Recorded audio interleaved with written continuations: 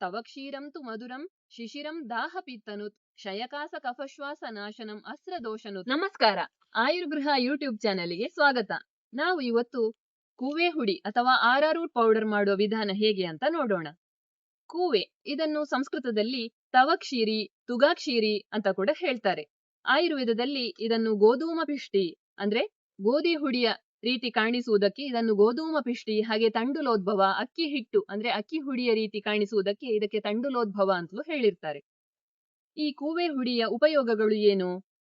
ಆಯುರ್ವೇದದಲ್ಲಿ ತವಕ್ಷೀರಂ ತು ಮಧುರಂ ಶಿಶಿರಂ ದಾಹಪಿತ್ತನುತ್ ಕ್ಷಯಕಾಸ ಕಫಶ್ವಾಸ ನಾಶನಂ ಅಸ್ತ್ರದೋಷನುತ್ ಅಂತ ಹೇಳಿದ್ದಾರೆ. ಅಂದ್ರೆ ಮಧುರ ರಸ, ಸಿಹಿಯಾದ ರಸವನ್ನ ಹೊಂದಿದೆ. ಶೀತಲ, ಇದರ ಗುಣವು ದೇಹಕ್ಕೆ ತಂಪನ್ನುಂಟು ಮಾಡುವಂತಹ ಗುಣ. ಆದುದರಿಂದ ಇದು ದಾಹಪಿತ್ತನುತ್ ಅಂದ್ರೆ ಉರಿಯನ್ನ ಕಡಿಮೆ ಮಾಡುವಂತಹ, ಪಿತ್ತ ಸಂಬಂಧಿ ದೋಷಗಳನ್ನ ಕಡಿಮೆ ಮಾಡುವಂತಹ ಗುಣವನ್ನ ಹೊಂದಿದೆ. ಹಾಗೆಯೇ ಕ್ಷಯಕಾಸ ಕಫಶ್ವಾಸ, ಕ್ಷಯ ಅಂದ್ರೆ ಕ್ಷೀಣ ದೇಹವನ್ನ ಹೊಂದಿರುವವರಿಗೆ ಪುಷ್ಟಿಯನ್ನು ನೀಡಲು, ಹಾಗೆಯೇ ಕಫ ಶ್ವಾಸ ಅಂದ್ರೆ ಶ್ವಾಸಕೋಶ ಸಂಬಂಧಿ ಕಾಯಿಲೆಗಳನ್ನ ಗುಣ ಮಾಡಲು ಇದು ಬಹಳ ಉಪಯುಕ್ತವಾಗಿದೆ. ಹಾಗೆಯೇ ಅಸ್ತ್ರದೋಷನುತ್ ಅಂದ್ರೆ ರಕ್ತ ಸಂಬಂಧಿ ಕಾಯಿಲೆಗಳನ್ನು ಕೂಡ ಕಡಿಮೆ ಮಾಡಲು ಇದು ಉಪಯುಕ್ತವಾಗಿದೆ. ಕಳೆದ ವರ್ಷ ಈ ಸಮಯದಲ್ಲಿ ಅಂದ್ರೆ ಜನವರಿ ಫೆಬ್ರವರಿ ಟೈಮ್ನಲ್ಲಿ ನಾವು ಕೂವೆ ಗಿಡವನ್ನ ಇಲ್ಲಿ ನೆಟ್ಟಿದ್ವಿ. ಇದೀಗ 1 ವರ್ಷ ಆಯಿತು. ಇದರ ಗೆಡ್ಡೆ ನೋಡಿ ಹೇಗೆ ಬೆಳೆದಿದೆ ಅಂತ. ಇದನ್ನ ನಾವು ಈಗ ಪುನಃ ತೆಗೆಯುವಂತಹ ಸಮಯ ಆಯಿತು.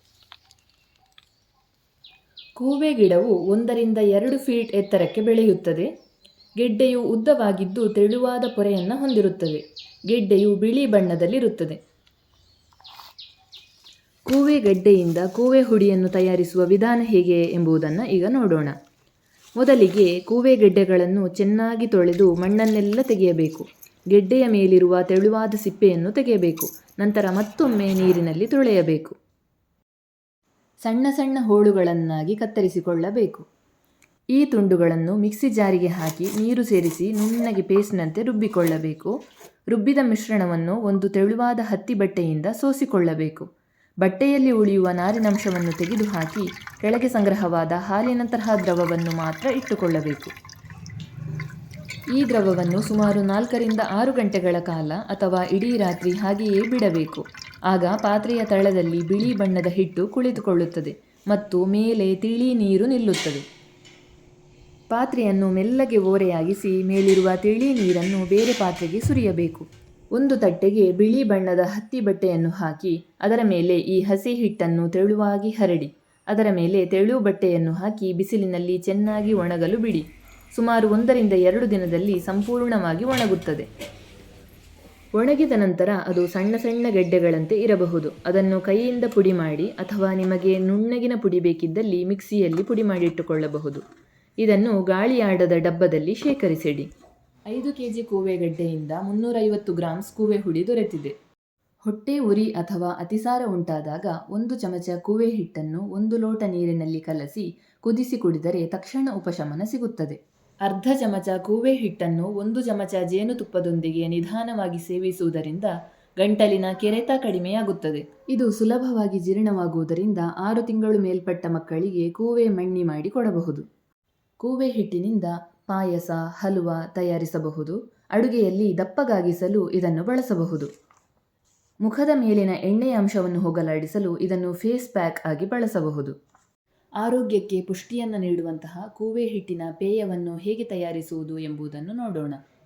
ಅನಾರೋಗ್ಯದ ಸಮಯದಲ್ಲಿ ಶಕ್ತಿಯನ್ನು ನೀಡಲು, ಹೊಟ್ಟೆ ಉರಿ, ಎದೆ ಉರಿ ಮತ್ತು ಗ್ಯಾಸ್ಟ್ರಿಕ್ ಸಮಸ್ಯೆಗಳಿಗೆ ಇದು ಅತ್ಯುತ್ತಮ ಔಷಧ. ಇದು ತಂಪು ಗುಣವನ್ನು ಹೊಂದಿರುವುದರಿಂದ ಬೇಸಿಗೆಯಲ್ಲಿ ಇದನ್ನು ಸೇವಿಸುವುದು ಅತ್ಯಂತ ಹಿತಕಾರಿ. 1 ಚಮಚ ಕೂವೆ ಹಿಟ್ಟು, ರುಚಿಗೆ ತಕ್ಕಷ್ಟು ಕಲ್ಲು ಸಕ್ಕರೆ, ಅರ್ಧ ಲೋಟ ನೀರು, ಅರ್ಧ ಲೋಟ ಹಾಲು. ಇಲ್ಲಿ ಹಾಲನ್ನು ಬಳಸದೆಯೂ ಸಹ ತಯಾರಿಸಬಹುದು. ಇವುಗಳನ್ನು ಚೆನ್ನಾಗಿ ಮಿಶ್ರಣಗೊಳಿಸಿ 4 ರಿಂದ 5 ನಿಮಿಷಗಳ ಕಾಲ ಕುದಿಸಬೇಕು. ಕೊನೆಯಲ್ಲಿ ಅಗತ್ಯವಿದ್ದಲ್ಲಿ ಏಲಕ್ಕಿ ಪುಡಿಯನ್ನು ಸಹ ಹಾಕಿಕೊಳ್ಳಬಹುದು. ಇದರಿಂದ ಉತ್ತಮ ಪರಿಮಳಯುಕ್ತವಾದ ಕೂವೆ ಹುಡಿಯ ಪೇಯ ಸಿದ್ಧವಾಗುತ್ತದೆ. ಮಾರುಕಟ್ಟೆಯಲ್ಲಿ ದೊರೆಯುವ ಕೂವೆ ಹಿಟ್ಟಿಗಿಂತ ಮನೆಯಲ್ಲಿಯೇ ತಯಾರಿಸಿದ ಕೂವೆ ಹಿಟ್ಟು ಶ್ರೇಷ್ಠ. ಗಾಳಿಯಾಡದ ಡಬ್ಬದಲ್ಲಿ ಸಂಗ್ರಹಿಸಿಟ್ಟರೆ ವರ್ಷಗಟ್ಟಲೆ ಕೆಡುವುದಿಲ್ಲ. ನಮ್ಮ ತೋಟದಲ್ಲಿಯೇ ಸಾವಯವ ರೀತಿಯಲ್ಲಿ ಬೆಳೆದಂತಹ ಕೂವೆಯಿಂದ ಕೂವೆ ಹುಡಿಯನ್ನು ಹೇಗೆ ತಯಾರಿಸುವುದು ಅನ್ನೋದರ ಬಗ್ಗೆ ಮಾಹಿತಿಯನ್ನು ನೋಡಿದ್ರಲ್ವಾ? ಈ ವಿಡಿಯೋ ನಿಮಗೆ ಇಷ್ಟವಾಗಿದ್ದಲ್ಲಿ ಒಂದು ಲೈಕ್ ಮಾಡಿ. ಹಾಗೆ ಈ ಮಾಹಿತಿಯನ್ನು ಇತರರಿಗೂ ಶೇರ್ ಮಾಡಿ. ನಮ್ಮ ಚಾನಲನ್ನು ಇನ್ನೂ ಸಬ್ಸ್ಕ್ರೈಬ್ ಮಾಡಿಲ್ಲ ಅಂದರೆ ಈಗಲೇ ಸಬ್ಸ್ಕ್ರೈಬ್ ಮಾಡಿ. ಧನ್ಯವಾದಗಳು.